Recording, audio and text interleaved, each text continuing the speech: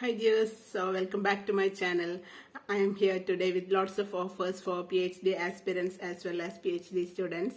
So if you are a PhD aspirant, I know that you will be facing issues with how to get an admission in a good university for PhD in India or abroad, and how to approach a supervisor for PhD guidance, and how to write a good CV, covering letter, statement of purpose, letter of recommendation, etc.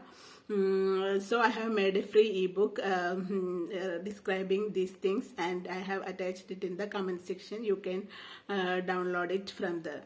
And if you are a PhD student too, there is a list of procedures you need to go through to get your PhD. So I have made a free ebook for you to describing all the procedures you need to go through to get your PhD. So you can also download it from the comment section.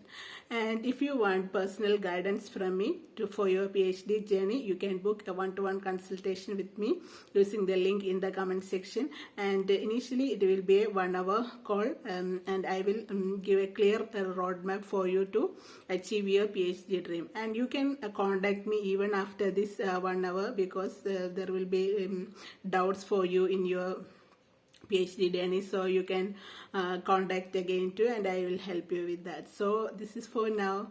So excited to talk to you all. See you. Bye bye.